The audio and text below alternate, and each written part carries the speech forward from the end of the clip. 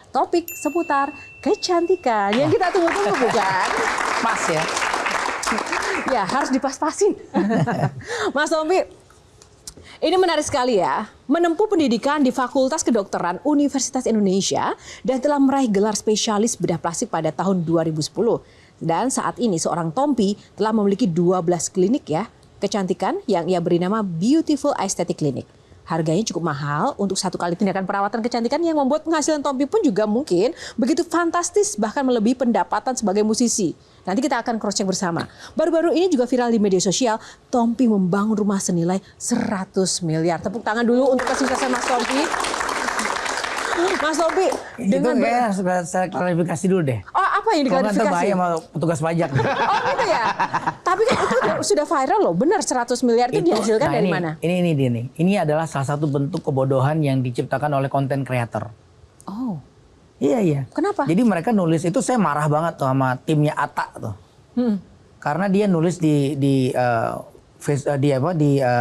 YouTube channelnya mereka, rumah seharga 150 miliar malah, bukan 100 miliar. Terus saya nanya, lo dapat angka itu dari mana? Emang gua ngomong? Enggak sih mas, biar seru aja.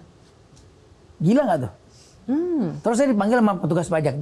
Gue dipanggil sama dia. Dipanggil itu langsung. Dipanggil, terus waktu saya ketemu sama petugas pajak, saya bilang, Pak, harusnya yang kalian panggil itu yang nulis.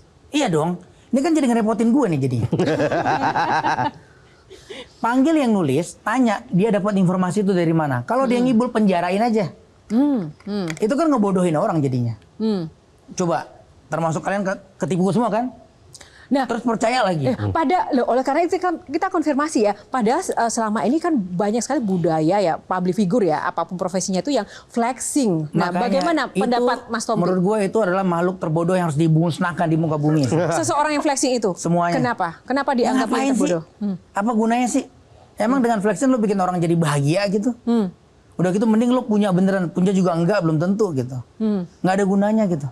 Mau dilihat dari sisi apapun, dari agama, dari kehidupan sosial budaya, enggak ada poinnya buat flexing gitu. Nah, terkait dengan sosial budaya Mbah Tejo?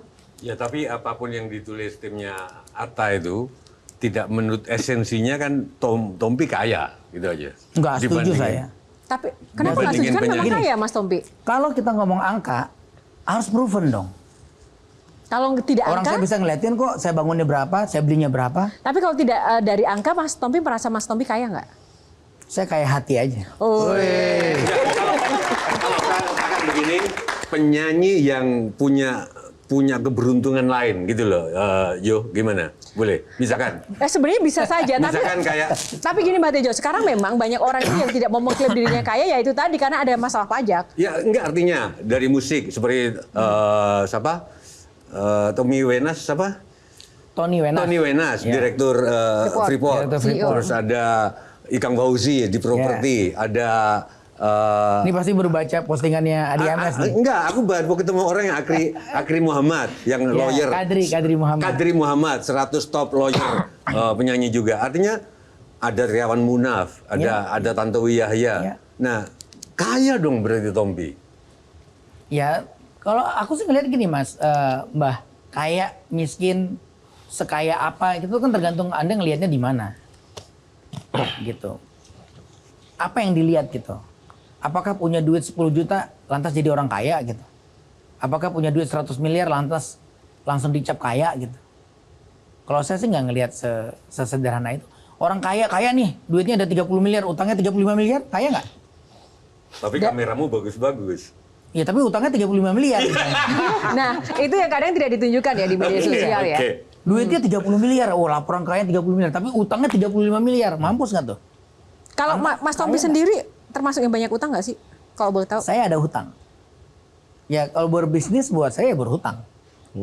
Gitu, puterin duitnya gitu. Yang penting pekerjaannya jelas, kita tahu ini bisa buat nutupin utang. Ya udah kerjain gitu. Lebih suka kaya tapi berhutang atau nggak kaya tapi nggak ada hutang? Lebih suka berusaha dengan memanfaatkan apapun yang bisa dimanfaatin. Tepuk tangan. Jelajahi cara baru mendapatkan informasi. Download Metro TV Extend sekarang.